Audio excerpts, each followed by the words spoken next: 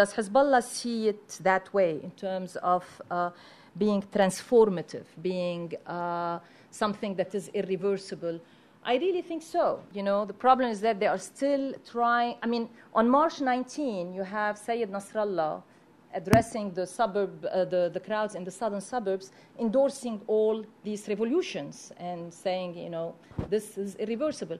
And then his oops moment happened, and, you know, lo and behold, it happens next door as well. So there has been a lot of debate inside Hezbollah, and I've written a piece about that, which gave me a lot of grief, to be very honest, in Lebanon, but about the debate inside Hezbollah ranks and inside the wider circles surrounding Hezbollah, that Hezbollah is not living up to its founding principles of justice, establishing social justice, of transparency, of having non-corrupt regimes, strong states, that Hezbollah is not living up to these principles by supporting the Syrian regime against its own people. Now, Nasrallah's argument, and he has reiterated that argument numerous times, is that it's a question of priorities, that these principles are extremely important to us, but the priority remain the struggle against Israel. And for that, Syria occupies a central role for us in that struggle. And it has proven to be a reliable ally in that struggle, and especially the Syrian regime, much more than Syria as the Syrian people. And the loss of that regime will deal that struggle a serious setback, not necessarily a mortal blow, but a serious setback. The question also that I would like to address is what Iran will do with the loss of Syria and with the loss of the Assad alliance. There is a theory out there, and I tend to ascribe to it, that they are going to be now investing more and more into Hezbollah and into strengthening their role inside Lebanon. But at the same time, it is no surprise that Khamenei's military advisor this last weekend threatened Turkey with actions from Iraq, Syria, and Iran. So there is also this talk about an emergence of a new Iran-led axis, including Iraq, Iran, and Hezbollah. All right, two more Geneva in the back. Hi. Geneva Abdo with the Century Foundation. Thank you so much. It was just so fascinating, your remarks. I wanted to just pick up on what you just mentioned, because I think if we look at the region outside sort of the Levant, we are seeing a different narrative, which is, I mean, as someone who studies Iran, as Iran moving in a different direction. And there's still the possibility of Iran exerting its influence in Bahrain, even though, of course, the Shia opposition doesn't prefer this. Exactly. But at some point in time, they will be left with no alternative. Exactly. So I was wondering if you could offer your insights on this other type of scenario that could develop as Iran sees, as it to some degree influences its influence in Iraq, or it strengthens its influence in Iraq as the United States leaves. So we have possibly Iran in Iraq, Iran influence in Bahrain, Iran's greater hold with Hezbollah. So Iran is definitely not out of the picture, but instead we might see an Iran-Turkey rivalry developing that would create a completely different scenario. I fully ascribe to all that you have said. In the case of Bahrain, I agree with you that the Bahraini opposition has so far put the Iranian at a distance. But with the passage of time, with more hopelessness on their side, who knows what will happen. But definitely there have been many offers, I think, by the Iranians, and the Bahraini opposition has pushed them away.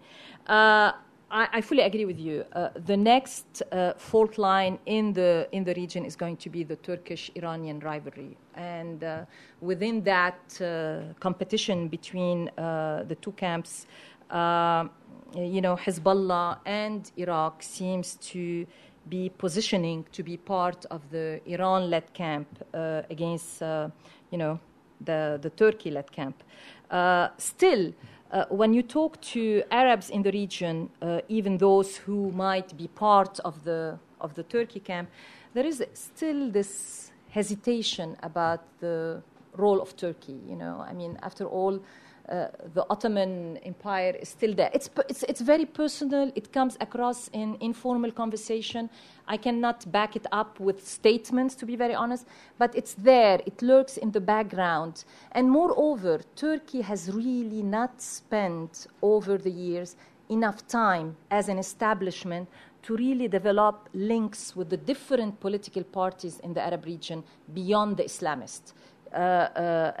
With the leftists, with the nationalist groups, with others, and that has always it comes across as from when people say we don't know yet what Turkey wants to do. You know, we don't know what's going to be the limits of that Turkish role, and yet there is apprehension about that. I mean, after all, when Erdogan made his famous statements in Egypt about secularism, you know, we saw the pushback from the Al-Azhar, we saw the pushback from the Muslim Brotherhood leadership on this. So Turkey is being viewed in the Arab world as coming with a mixed bag, to be very honest, good and bad. And people and the parties that are on the ascendancy have not yet made up their mind about which part of that bag they are willing to live with and which part they are not willing to live with, and what are the limits of that Turkish role.